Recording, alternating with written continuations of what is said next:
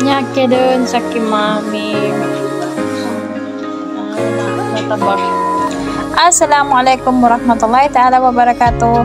For today's video guys, papunta tayo ngayon sa hospital kasi na hospital daw si mami. Kahapon pa tong video na to, so ngayon ko lang na-edit guys. So dito kami sa daan, sina-admit daw si mami Ulay Dakula sa Hamad Hospital.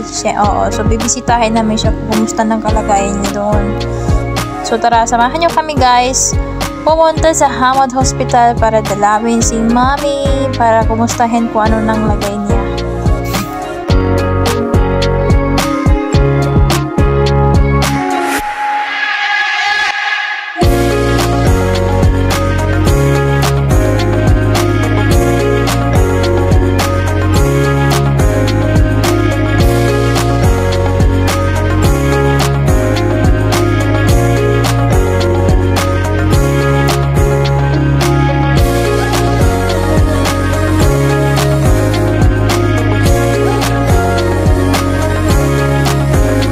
So, nandito na tayo ngayon sa kung saan pa-entrance yung mga sasakyan dito sa Tuwari, sa Hamad Hospital, syempre sa may emergency. Oo, so papasok na kami.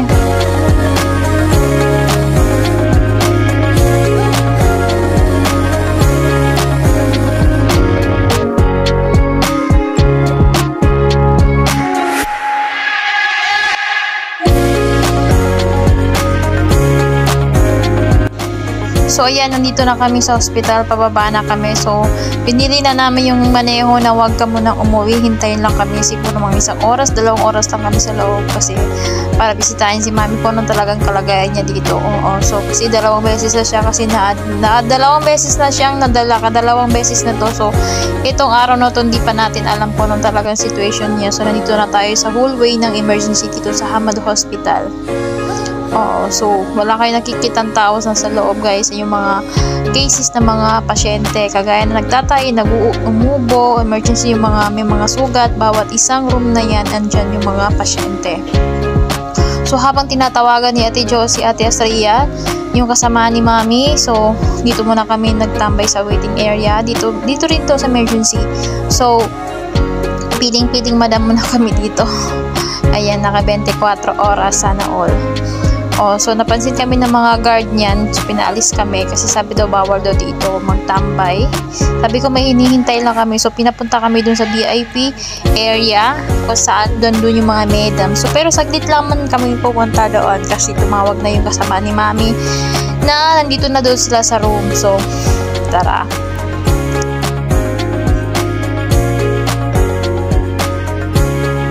So ayan, habang dala-dala pa namin yung pasalubong kay mami, so ayan, nag-selfie muna kami ni Ate Jo dyan.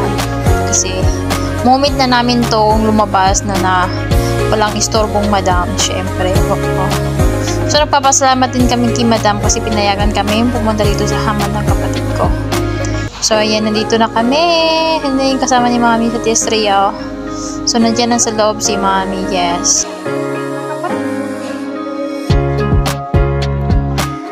Nyake dun sa kimami. Natabak.